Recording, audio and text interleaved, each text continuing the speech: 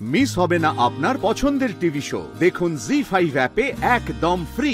রোহিত, আমি না কদিন ধরে একটা জিনিস খুব লক্ষ্য করছি, সেটা হচ্ছে তুমি আমার সাথে কিছুতেই সময় কাটাতে চাইছো না। কেন রোহিত? রোহিত, তোমার আর ফুলকির কোর্ট অর্ডার অনুযায়ী তোমাদের 6 মাস কাটাতে হবে এবং সেই 6 মাস কাটানো শেষ হলে আমাদের তো বিয়ে হবে, তাই না?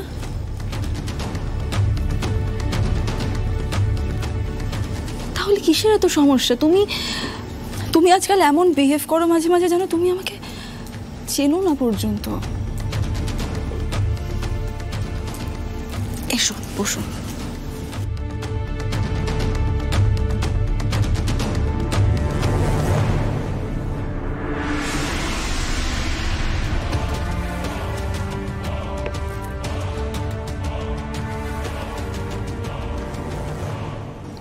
শালিনী, কি বলবে বলছিলে, বলো। এই সুযোগ, রোহিত রায় চৌধুরী ভাড়াটে খুনের মৃত্যুটা নিয়ে কি ভাবছে সেটা জানতে হবে। ফুলকির সঙ্গে যে কারোর শত্রুতা থাকতে পারে, ফুলকিকে মেরে ফেলার চেষ্টা হচ্ছে, এটার ব্যাপারেই বা রোহিত কি ভাবছে এটা জানাটা খুব দরকার। আমার ওপর কোনোভাবে সন্দেহ করছে না তো? কি হলো, চুপ করে আছো কেন? রোহিত, এই নকল লেই মাচানো সে যে ভাড়াটে খুনির আশা হঠাৎ করে, তাও আবার একটা ফ্রেন্ডলি ম্যাচে, সেখানে ফুলকিকে টার্গেট করা, দেন তারই হঠাৎ করে এরকম একটা রহস্যজনক মৃত্যু, এই পুরো বিষয়টা না আমাকে ভীষণ ভাবাচ্ছে, জানো তো। আমি ভাবছিলাম যে অনুপম দা, মানে আমাদের অল বেঙ্গল বক্সিং অ্যাসোসিয়েশনের যে প্রেসিডেন্ট, ওনাকে ভাবছিলাম আমি পার্সোনালি বলবো একবার যে ঠিকঠাক একটা তদন্ত করতে এই পুরো বিষয়টা। তোমার কি মনে হয় এই বিষয়ে রোহিত?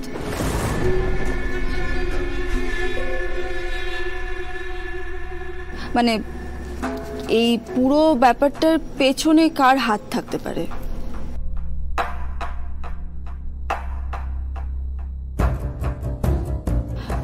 যে বেটিং চক্র জিয়াকে দিয়ে তোমার বদনাম করানোর চেষ্টা করেছিল ফুলকির মনোবল ভাঙার জন্য, তারা কি কোনোভাবে এটা করলো? এসব তো পুলিশ দেখবে শালিনী। অংশুদা নিজে উদ্যোগ নিয়েছে, আমি শিওর কোনো না কোনো ক্লু তো বেরোবে। তবে আমার কি মনে হয় জানো তো,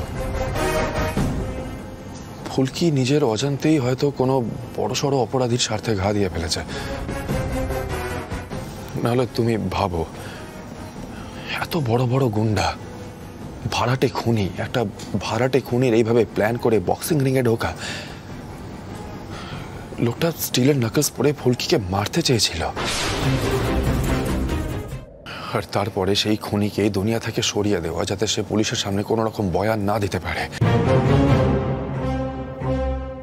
এগুলো নর্মাল ব্যাপার নয় শালিনী, কোনো বড়সড় ক্রাইম জড়িয়ে আছে এর পেছনে। জি5 ডাউনলোড করুন আর সব এপিসোড দেখুন একদম ফ্রি।